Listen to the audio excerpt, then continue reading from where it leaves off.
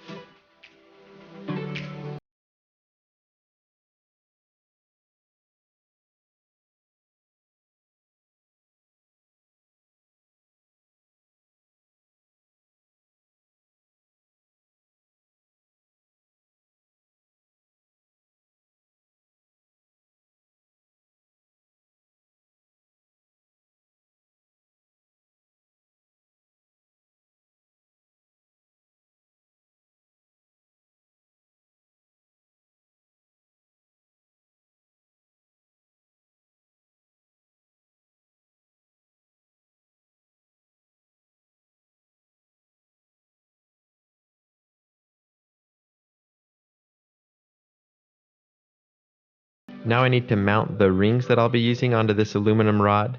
I've got a selection here of tungsten, ceramic, and titanium rings. And this was kind of a challenge to figure out how to fit them all on here, because usually I only have one ring and I can just use my simple expanding ring mandrel to do that. So my solution for this was to have this aluminum rod that was thin enough that even the smallest ring would fit onto it. And then I'll carefully wrap this electric tape around it until it just gives a nice snug fit with the ring, but not necessarily super tight. And then I'm adding a dab of super glue so it'll secure it in place.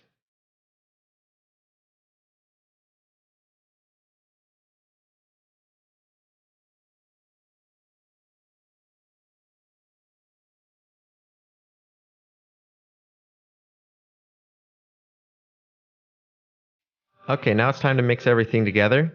I'm starting with an ounce of resin, and then I'm adding an appropriate amount of catalyst to it so it'll start hardening. And I'm using a polyester resin because it has a fairly slow cure time, so that'll give me enough time so I can work with it.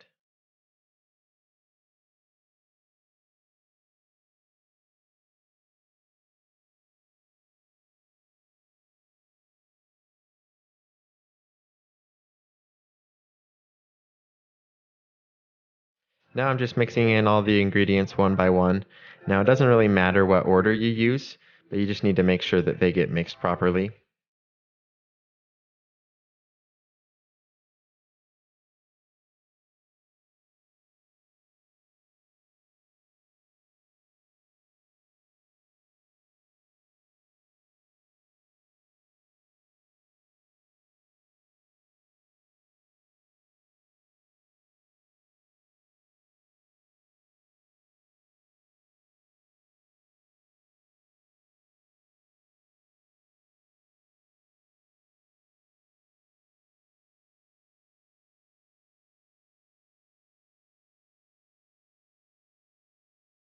Next, I'm pouring the mixture into this syringe, and then I'll be ready to inject it into the channel of these ring blanks.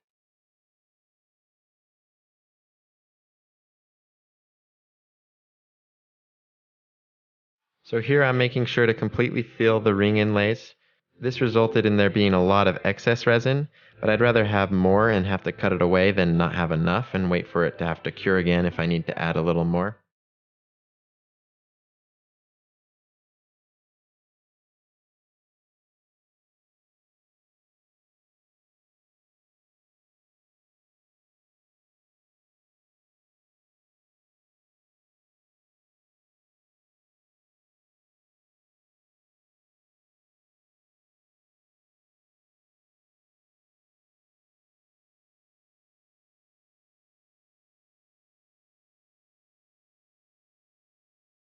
Okay, after giving the resin 24 hours to cure, I'm finally ready to get these rings finished.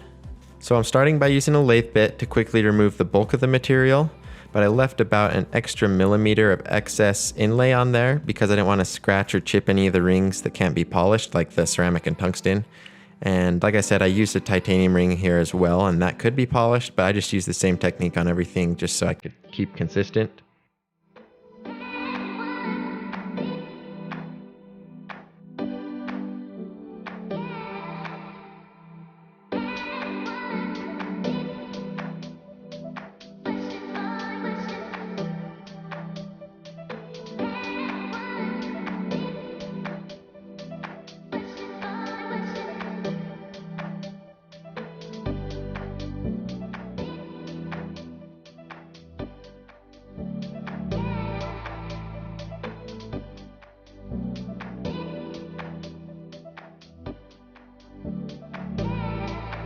Now to get rid of that excess inlay, I'm just using a Dremel to sand it away, getting everything flush, and then I'm switching to sandpaper. So I'm going from 220 grit all the way up to 800 grit, and that'll give it a really nice finish, and then I'm going to do all the polishing on the buffing wheel here.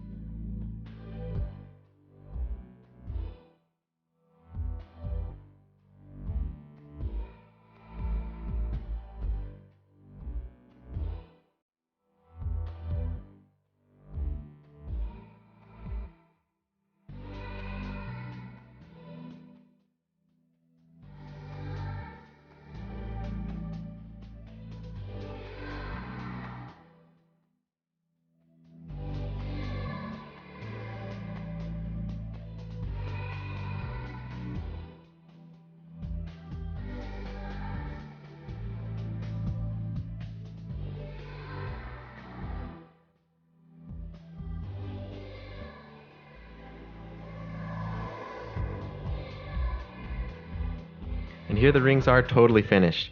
I think the copper ended up being a little bit overpowering, and then the blue color, like I said, was a bit dark, and then the amethyst and opal didn't show up as much as I'd hoped.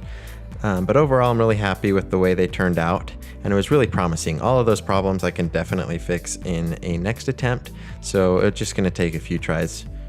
With any luck, I should be able to get these figured out and have them on my website as soon as possible.